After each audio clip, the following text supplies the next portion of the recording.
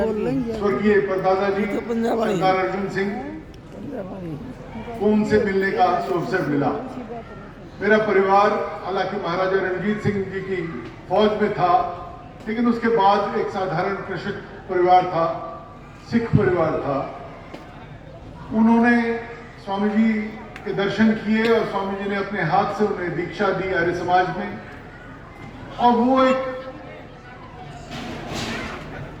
ऐसा उन्होंने उन्हें मंत्र दिया कि पूरे परिवार का जीवन परिवर्तित हो गया।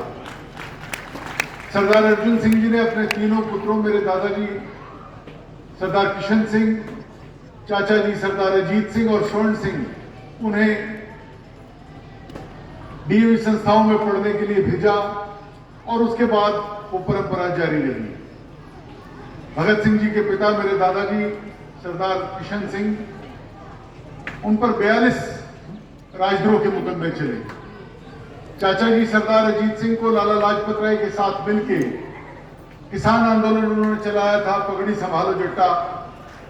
उसके कारण उन्हें और लाला लाजपत राय को बर्मा में निर्वासित किया गया। बाद में वो लौटे तो फिर विदेश में एग्जाइल में चले गए और 39 वर्ष तक देश से बाहर रहकर उन्होंने आजादी के लिए संघर्ष किया। भगत सिंह जी के छोटे चाचा सरदार स्वर्ण सिंह ब्रिटिश सरकार की यातनाएं सहते हुए सेंट्रल जेल लाहौर में 1909 में शहीद हो गए। तो ये परंपरा वहां से आई। सरदार अर्जुन सिंह जो एक साधारण किसान थे, उन्होंने महर्षि दयानंद जी के दीक्षा देने के बाद उनका जीवन ऐसा परिवर्तित हुआ कि संध्या और हवन उनका जीवन का एक अभिन्न अंग बन गया। वो शास्त्रार्थ करने जाते थे और उन्होंने 2 महत्वपूर्ण पुस्तिकाएं लिखी। हमारे गुरु साहिबान की शादियां वैदिक रीति से हुई, और दूसरी पुस्तक उन्होंने लिखी हमारे गुरु साहिबान यानी सिखों के गुरु साहिबान वेदों के पैरोकार थे। तो यही जो महर्षि दयानंद जी ने प्रेरणा दी, यही एक आधार बना सरदार भगत सिंह और उनके भाई बहनों की जो दूसरी तीसरी पीढ़ी थी, उसे उन्होंने प्रेरित किया।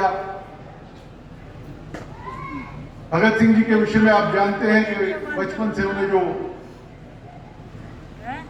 विरासत मिली, उसी के रास्ते पे वो आगे बढ़े। छात्र जीवन से इसमें आए।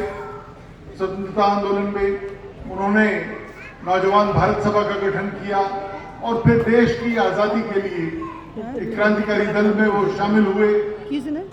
उनके जो पूर्ववर्ती साथी थे राम प्रसाद बिस्मिल और उनके साथी, वो सब भी आर्य समाज से प्रभावित थे।